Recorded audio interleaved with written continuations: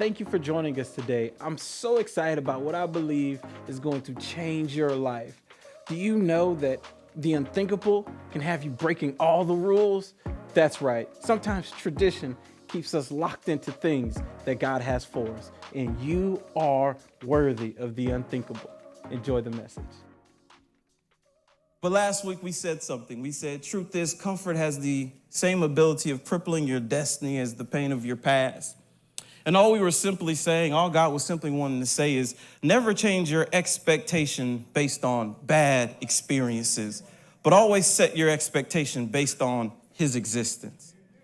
Like, never set your expectation based on bad experiences. Always set your expectations based on his existence. In 2 Corinthians 5:7, he said, this means that anyone who belongs to Christ has become a new person. The old life is gone, a new life has begun. We're saying that that's that new life. You can separate from those past experiences, lay hold of these new promises because he came to give you a new life. Say, I have a new life. But then we always also talked about that truth is we can't give comfort the power to determine our destiny. We can't allow comfort to have so much power, so much authority, so much just weight in our lives that we allow it to steer us in life. Never allow comfort the ability and the power to make decisions for you. Because we understand in Romans 8:35 that anything ever separate us from Christ's love? Does it mean that we no longer loves us if we have trouble or calamity, or are persecuted or hungry or destitute or in anger or threatened with death? As scripture says, for your sake, we are killed every day. We are being slaughtered like sheep. He's saying, and despite all these things, what overwhelming victory is ours through Christ who loves us. And that's why we said we don't allow comfort, the ability or the power to determine our destiny, because we know through anything that happens in our lives, the things that we experience, they don't take overwhelming victory from us. And we went all in on Wednesday about how overwhelming victory is ours. Look at neighbor again and say, you are worthy. You're worthy of that overwhelming victory. You're worthy of an overwhelming victory. You are worthy for it. But I want to take today and we're going to explore the words. Some translations say amazed, other translations say he marveled. But we're going to explore those words that Jesus only used twice. Only twice did Jesus say something amazed him. Only twice did he say he marveled at something he saw. Y'all can agree that's something worth paying attention to. Like, what would make Jesus say? Think about it. Of all the things that Jesus did and all the things that he had the power to do, he sat back and said, that amazed me. That takes something, you know. That takes something, you know, and I don't like to always talk about myself, but when the example fits, it fits. You know, I have the best turkey recipe you would ever want to eat. And so for me to be amazed by your turkey, it has to be something that's extra, extra special. Some of y'all know what I'm talking about. And in that same way, I mean, Jesus has done so many amazing things. For him to sit back and say, that amazed me. That, I don't know what's tight and right, but that amazed him.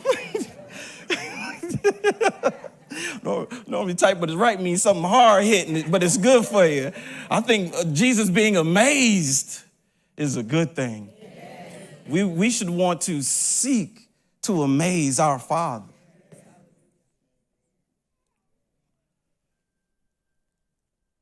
I mean, do you want to amaze Jesus?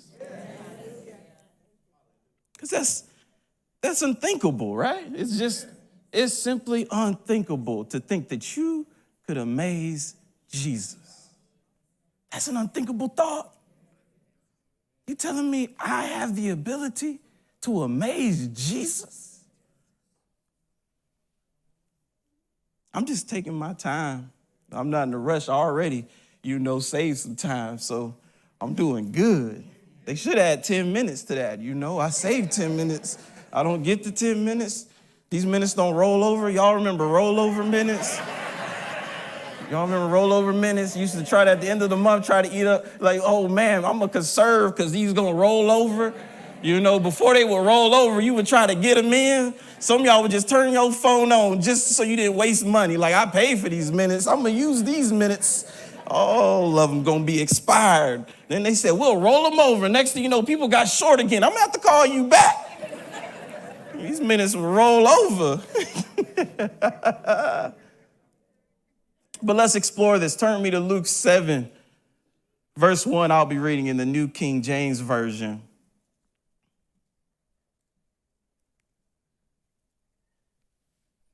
Give you guys some time to get there because I want y'all to see this. I want y'all to see what amazed Jesus.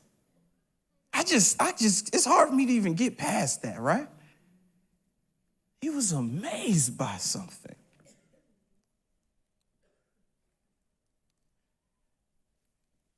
Luke chapter 7, starting at verse 1. I'm reading the New King James Version. It says, now when he concluded all of his sayings in the hearing of the people, he entered Capernaum. And a certain centurion servant who was dear to him was sick and ready to die. So when he heard about Jesus, he sent elders of the Jews to him, pleading with him to come and heal his servant. And when they came to Jesus, they begged him earnestly, saying that the one for whom he should do this was deserving, for he loves our nation and has built us a synagogue. Then Jesus went with them, and when he was already not far from the house, the centurion sent friends to him, saying to him, Lord, do not trouble yourself, for I am not worthy that you should enter under my roof. Therefore, I did not even think myself worthy to come to you. But say the word. Y'all say the word. Say the word. And my servant will be healed. And I know we get so excited about that say the word part. But y'all know Pastor Bryan. Pastor Bryan knows that a lot of y'all been saying a lot of words. So we going to talk about the difference between the words he said and the words we sometimes use. Because we want the amazing, right? So we're going to examine that, right? So forgive me for not shouting on that part right now. For I also am a man placed under authority, having soldiers under me, and I say to one, go, and he goes, and to another, come, and he comes, and to my servant, do this, and he does it. When Jesus heard these things, he marveled at him and turned around and said to the crowd that followed him, you know it's good when you start telling other people immediately. Before you even get out the parking lot of the restaurant, you calling up your friends list, you tagging them on Instagram, social media, all this stuff, being like, I got to let people know that there's good food over here. This is where Jesus is at. Jesus was so amazed that he immediately turns to the crowd following him. He says, I say to you, I have not seen such great faith, not even in Israel. This is Jesus talking. Jesus like, I've been everywhere and I ain't seen nothing like this yet. And I'm Jesus. Think about that. I've been everywhere. I done some things, seen some things, but I ain't seen nothing like this.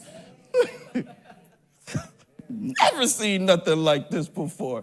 Boy, God's about to do a never seen nothing like this before in your life. People gonna walk up and be like, I ain't never seen nothing like this before. What is that? That's an overwhelming victory that's promised you. What God has for you will have people standing back saying to themselves, I have never seen anything like this before.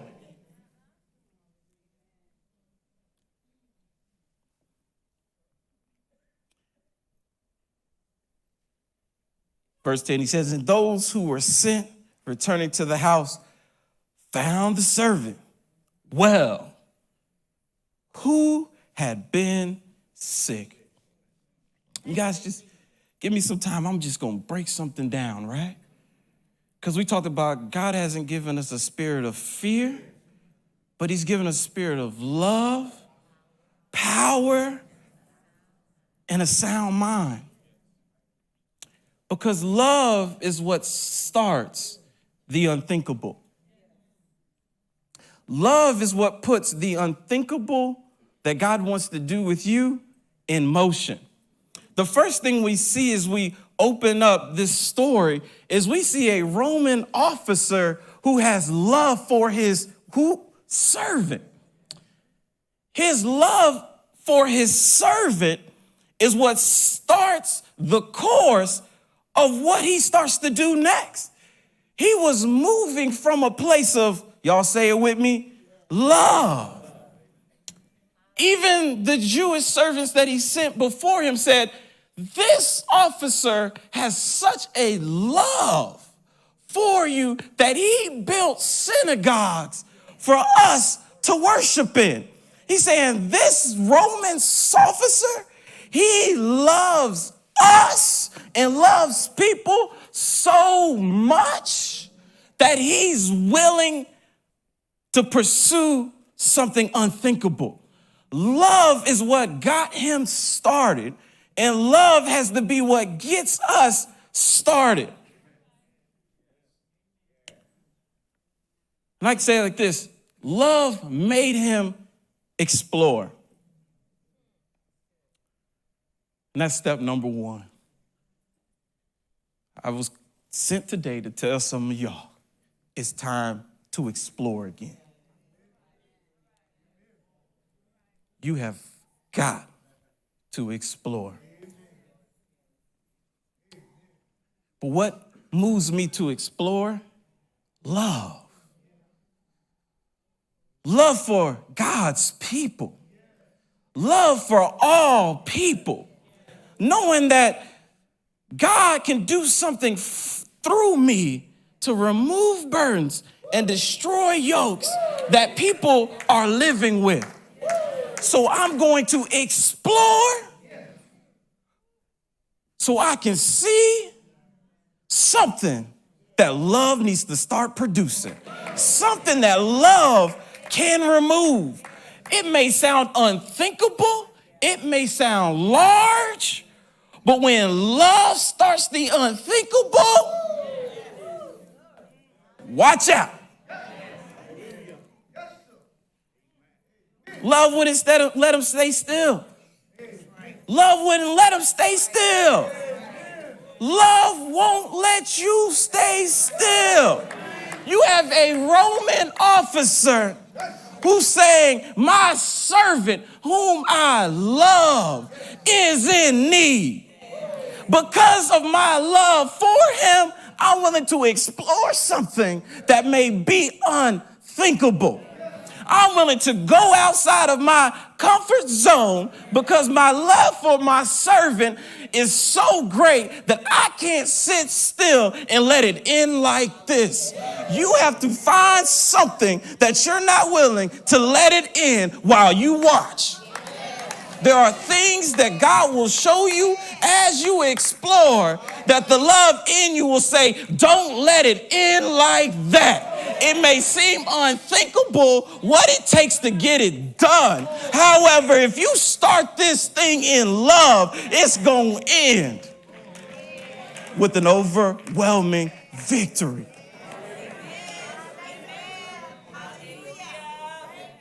The Roman officer was willing to explore. Because truth is, you must explore until you discover something that the love in you is desiring to produce. It's like it will pull things out of you that you ain't know you had. It will have you like this Roman officer doing things that don't make sense. I was going to name this message Breaking All the Rules. But I know how some of y'all feel about talk like that. But at the end of the day, you're going to have to break some rules so you can start exploring again. You're going to have to break down some rules that have kept you confined from interacting with something that will move you so much that the love of God inside of you will tell you to do it. But you ain't going to be able to do that living in the four walls of your house and not willing to go outside and explore some things so that God can start to move some things through you. All right. We just getting started. I don't want to make you too upset from the beginning. But let me tell you something. He wasn't exploring just to wonder. He exploring because he had examined some things. And that's what I want to talk to you about. The power of God should provoke you to want to examine some things. Like his power is too great. His authority is too all-consuming for me not to start to examine how this power works. Because if I go out there, I need to know that all of heaven is backing me as I go.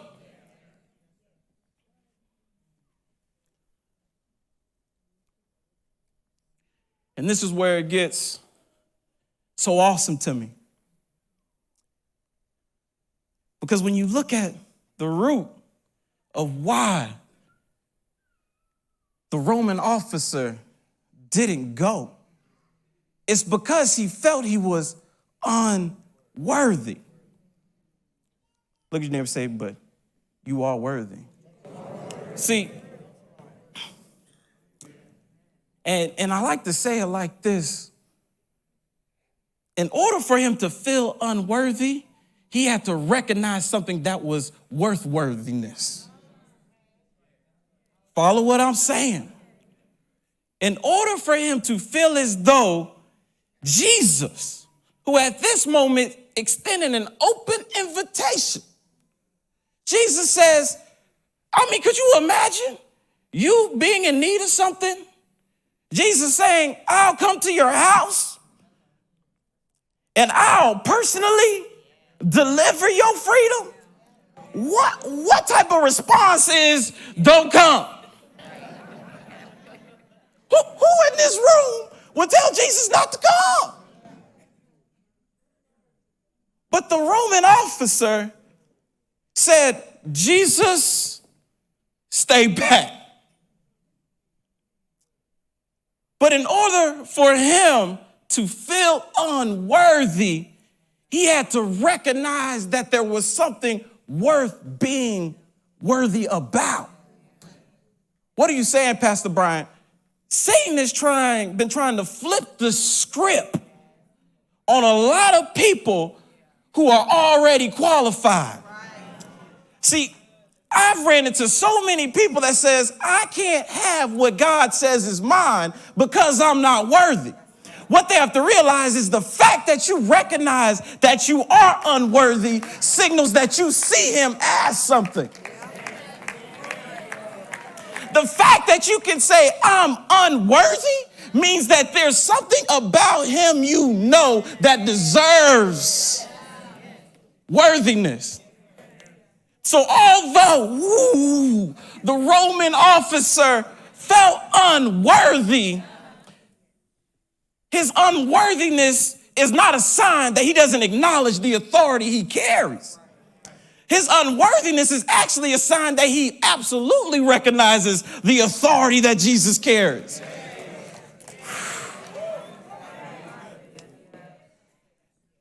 His feeling of unworthiness can only exist if he feels as though there is something that must be done in his presence because of who he is. Well, I'm going to continue working right there. Because if Satan can get you to think that you're unworthy, he could get you to think that the unthinkable thing that God has for you, you can't have it. But I came here to tell you today, your feelings of unworthy can only come because you see something that's worth being worthy. It's like I used to be offended, right? Because I was the preacher's kid, right? I was the preacher's kid, so a lot of my friends, they're like, Bryan, we can't take you here because we don't want you around when we gonna do what we gonna do. And I used to think to myself, oh man, I'm losing friends simply because I have a standard. I'm losing friends simply because they understand there's things I won't participate in. However, God had to wake me up and say, boy, don't you be offended because they feel as though there's something you represent that should be held in place. Don't become offended and feel yourself being ostracized because they can recognize me on you. Don't allow the fact that they see you as being worthy of something that they should actually have to change who they are for. Don't allow that to get you to think that somehow there's something wrong with you. Ain't nothing wrong with you. I believe he's worthy of all praise. I believe he's worthy of all honor, all glory. I believe he's worthy of every single thing he has done for us. And just because I feel a little unworthy because of his worthiness, that doesn't mean he ain't still going to operate in my life. That's a signal of respect. Nothing can separate you from his love. Nothing can separate you from his love. Not your feelings of inadequacy, not your feelings of not being able to be enough. All those feelings are just simply recognizing that he deserves it. But those aren't bad feelings. Those are good feelings because he does deserve it. He does deserve it. So just because I feel like he deserves it doesn't mean that he has removed the fact that he's going to do it for me. He's so magnificent. I should feel a little unworthy. But that ain't a signal of unbelief. Woo, them two different things. Them two different things. And that's what the Roman officer realized. Unbelief and worthiness are not the same things. Just because I feel unworthy doesn't mean that he won't still do and be who he is. Why are you saying this, Pastor Bryan? Because Satan likes to beat us up with the things that we fall short of. But just because you feel like you've fallen short, that does not remove his love from your life. And that's what the Roman officer was displaying to us. No, you too good to be in my house, but just because you can't walk in it doesn't mean your power can't come. Woo! I may feel a little unworthy. I may feel a little undeserving, but your love doesn't respond to my worthiness. Your love responds to you. And who you are is still intact. And because you're a loving God, you're going to respond. Because I ain't come here for me. I didn't come here for me. I came here for a servant in whom I love. I came here because he's in need of a healing. I came here because you have the answer to his problem. And although I feel unworthy, it won't stop you from being you. God's going to be who he is in your life because he's good. He's good. He's good. He's good. He's good. He's good. He's good. He's good. God is going to deliver because he delivers.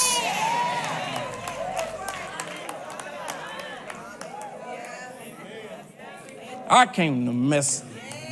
I told y'all, he told me put it on one more time. Just put on the fatigues one more time, then you can put them away. But I need my people to know that they are worthy of the unthinkable. They are worthy. Look at your neighbor and say, you are worthy. It don't even matter how you feel. It don't even matter how you feel. It doesn't matter how you feel. He felt unworthy. That's why he did all this. He felt unworthy. He felt like it couldn't be his. And I know sometimes we feel like it can't be ours. But let me tell you something. That's just a feeling. But it's a feeling that recognizes that he's great. I feel like this because he's that good. I feel like I should do better sometimes because he's that deserving of it. But just because I feel like I should do better and I should be doing better doesn't mean that he's going to stop being him. Because he's him independent of my feelings.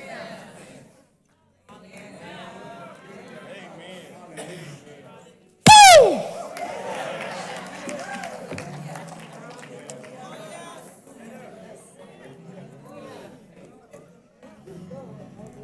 But he examined and he discovered that God's power is not released based on your feelings of worthiness, but from his love. He realized that even in the midst of his feelings of unworthiness, he understood that the power of God has no limitations because his love has no limitations.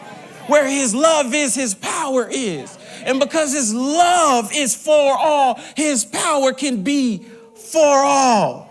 Because truth is, Jesus never fails to respond to a faith that honors his power and releases his love. And although he felt unworthy, he honored him. He honored him by saying, you can't come in this house. It was a sign of honor. It was a sign of honor because he felt unworthy. And that's the big fix that we have to make. Because although he felt unworthy, he had honor. And his unworthiness was just revealing that he honored him. And when you honor God for who he is, he responds to that.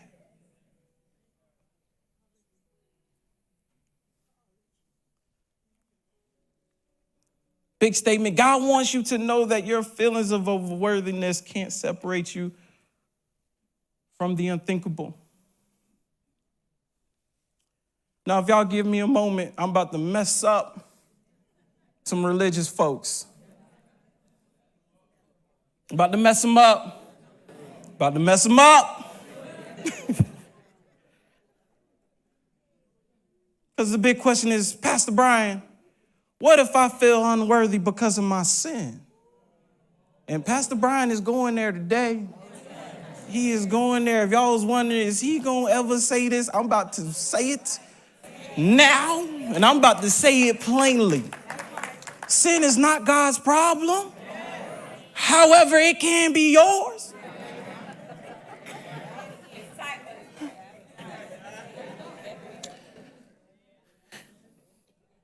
And I like to say it simply like this. You know what sin does? It simply determines the atmosphere from which you have to follow God in. Because following God is not an option. Hallelujah. Sin will set an atmosphere that makes it feel harder than what it should be. But sin won't stop his love. His love was sent because of your sin.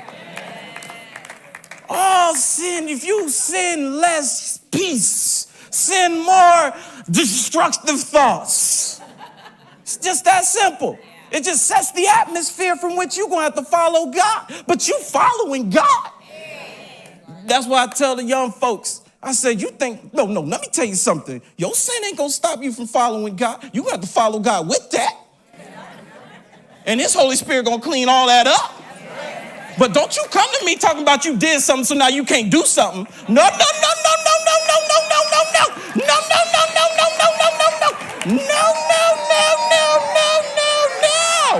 I don't care what you did. You will still honor and you will still obey and you will still love our God. Sin doesn't stop you, baby. Oh, it will make it be a tough atmosphere. But the atmosphere is just your thoughts telling you you're not worthy. But guess what? You've never been worthy enough.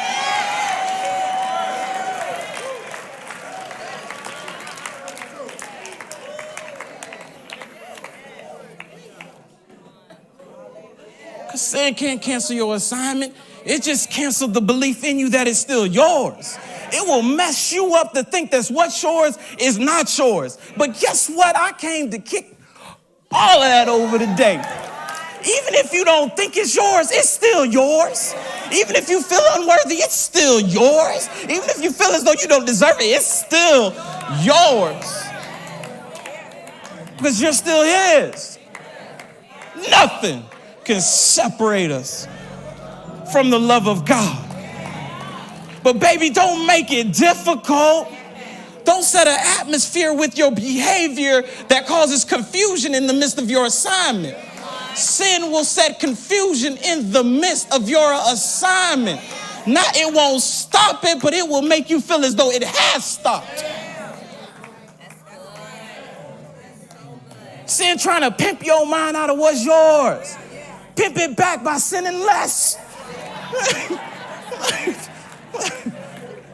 It won't get you no closer. It won't get you no further. It won't send extra blessings. It'll just make your mind be at ease. Why you following? Because we don't stop. We multiply. We ain't losing none. They be like, hey, Pastor Bryan, last night I had a rough night. I don't know if I'm worthy to be able to do anything for the Lord. I said, let me tell you something about your mom and your daddy's favorite scripture. They always talk about a word that was sent. That word came from an unworthy man.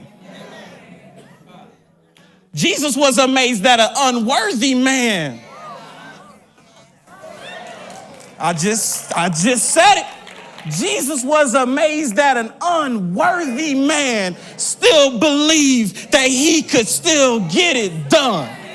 Jesus, I ain't seen faith like this before. This brother don't think I can even look him in the eye. However, he still has expectations that I can deliver. What type of faith is that?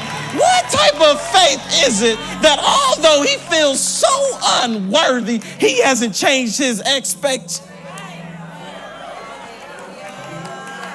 That's amazing. That he would go to such lengths to avoid me seeing him, but not remove the belief that I'll still do something for him. That's amazing.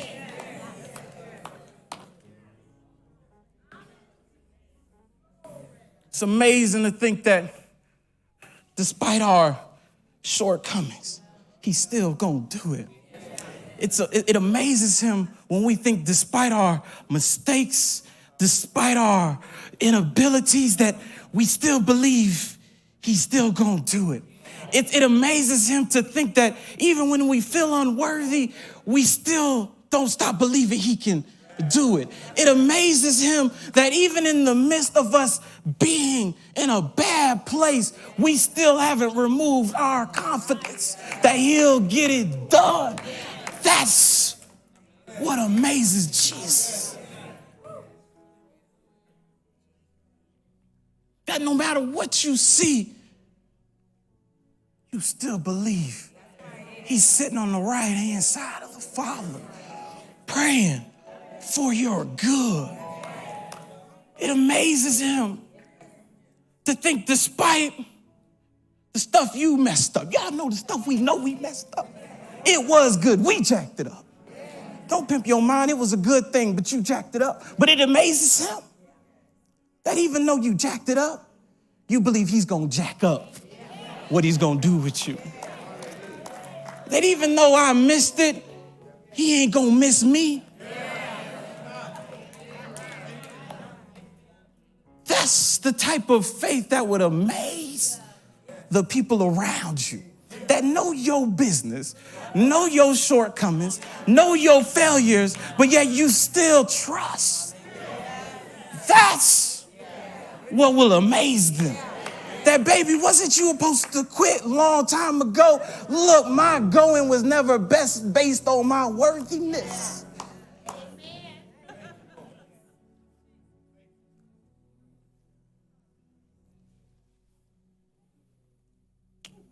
John talks about a mature love. He says, truth is, And as we say, a mature love isn't the result of sinlessness. Mature love is a love that's still confident, although I've sinned. That's a mature love. That's a love. Oh, we gonna read it. I feel y'all we gonna read it. Ooh, I love when it's in the book too. I was seeing if we could just flow, but we'll go.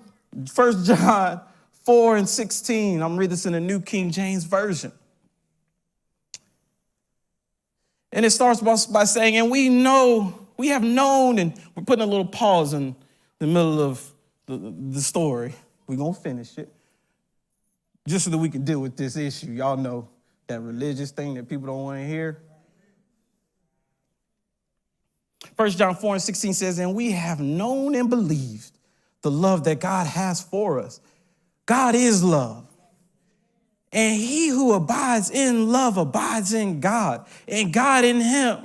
Love has been perfected, look at this, among us in this. Look how love is perfected. Look how the sign of a mature love is this. That we have boldness in the day of judgment, because as he is, so are we in this world. He's saying the sign of a mature love is the fact that on judgment day, you stand there like, let me in. Because I know what your love is. The sign of a mature love is on the day in which Jesus and God stands before you to account for all you've done, you stand there like, and let me in. But how can you have a boldness like that? He says you can have a boldness like that because as he is, so are you in this world. He's saying like the reason you're bold is because we didn't meet when you got here. We met while you were down here. He said the boldness is because as I was in this world, so are you. He's saying I am love. And he's saying that your boldness on Judgment Day comes from the fact that it wasn't our first introduction. Your boldness comes from the fact that as I was, you were. Your boldness comes from the fact that you operated in love, which is operating in me. When you act in love, you're acting in me. When you act in love, you're acting in me. The Roman officer was acting in love, so he was acting in God. And so God's like, we've been knew each other because you've been out here loving folks. You've been on this love mission. You've been abiding and loving people every single day. So the day you see me isn't a day of, can you get in? It's a day of boldness because we've been together. We've been walking in love. We've been abiding in you. We've been just seeing what can love produce today and walking it out. So you're confident on that day. Why? Because I've been chilling with my daddy down here. We ain't just meet. He says there is no fear in love, but perfect love casts out fear because fear involves torment. He says you ain't got no torment coming your way. But he who fears has not been made perfect in love. We love him because he first loved us. He's saying perfect love says that I can have boldness because my aim was his aim. Loving people, which is his aim, was my aim. The unthinkable things I'm pursuing were activated in love, which is activated in God himself. When I pursue something from the stance of love, I'm pursuing from what God is amazed by. Because truth is, when unthinkable expectations meet an unthinkable love, Jesus is amazed.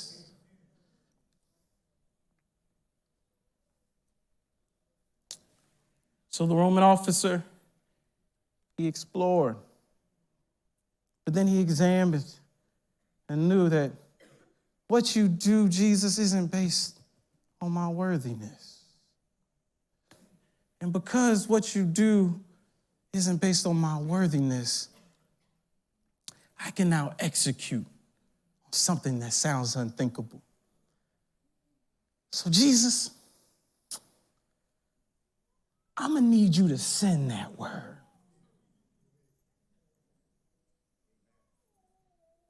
I'm gonna need you to send it. I don't know if you know this yet, Jesus, but you don't have to be in the room to be effective in the room. You have this thing called omnipotent power. See, and look at how the Roman officer starts putting Jesus up on game.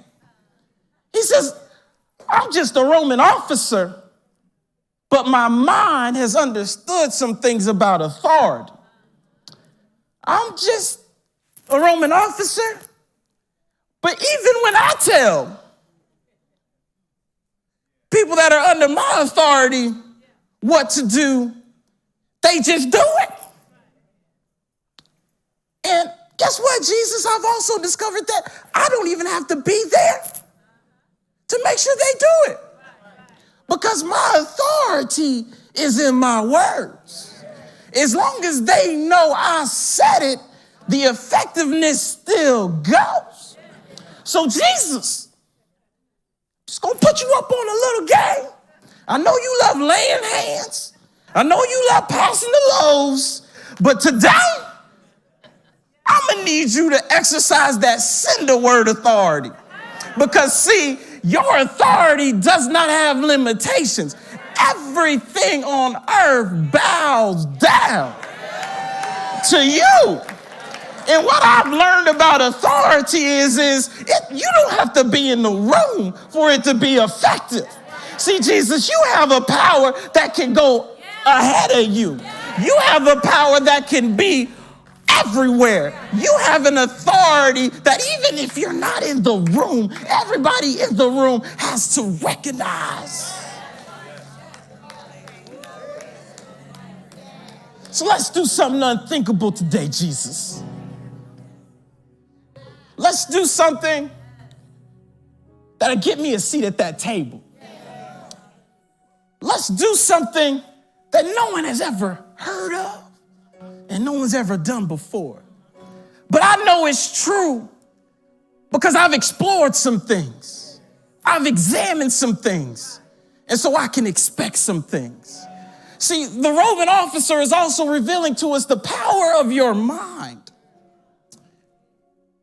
His mind had already realized the power of authority because he had been exposed to what authority is.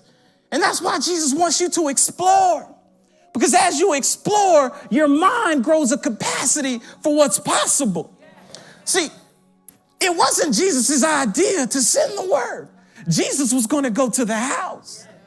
However, he ran into a Roman soldier that knew some things because he had did some things. And he says, let's do something that's going to get in that book. I know you can go there. But let's do something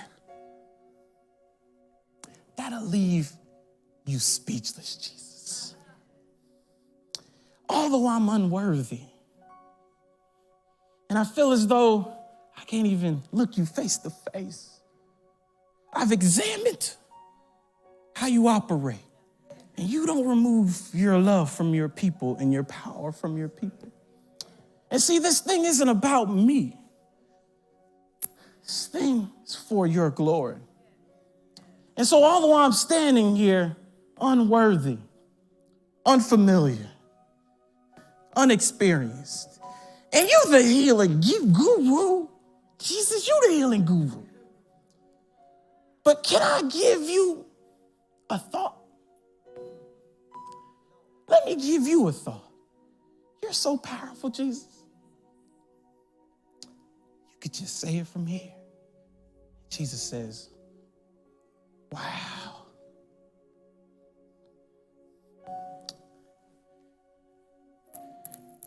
you just stretched me.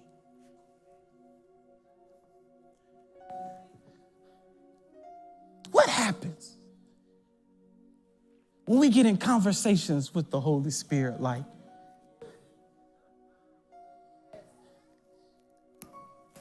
you can have this city.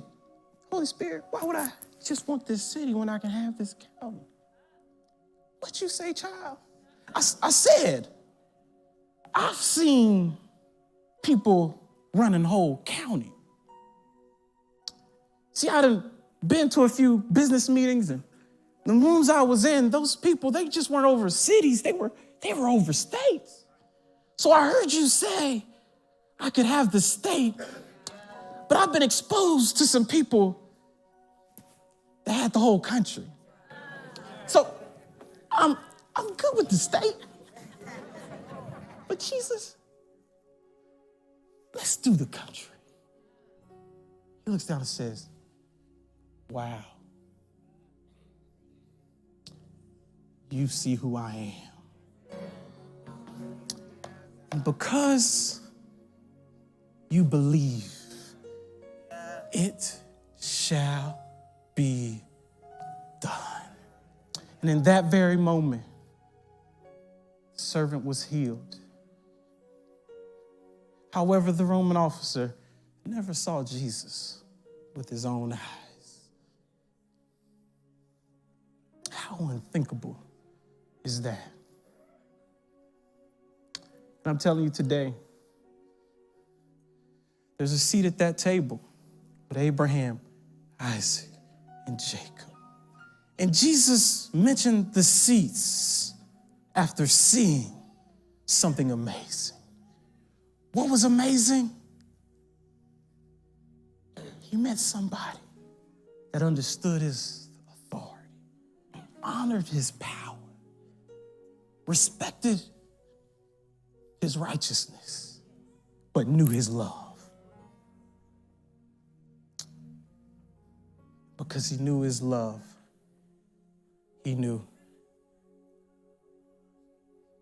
he'll get it done.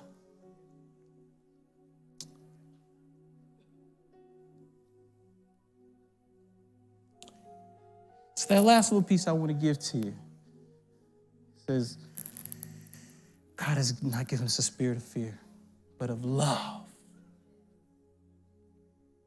power. And that Roman soldier had a sound mind.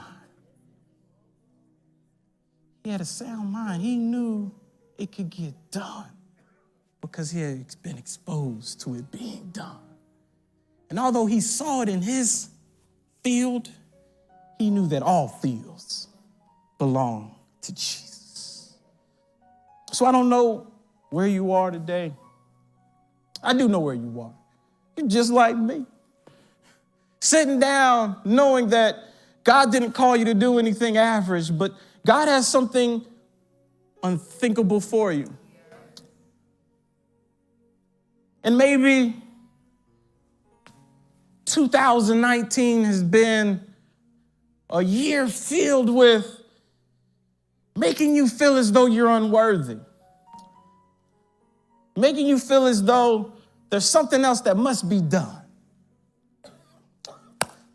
God designed this message just for you. So you can understand that his involvement in your life is his decision. And he's not changing his mind. And he's saying, run, child, run. Go, child, go. And don't ever let anything stop you for thinking that somehow it's not going to happen. Just think about that Roman officer. And in the midst of all of that, there was a love burning inside of him that said, oh, it is all possible. You guys could stand to your feet. Hope you enjoyed today's message. Remember, you can always like and subscribe to our YouTube page to stay up to date with messages as they come out. And remember, today is a good day to have a good day. Love you.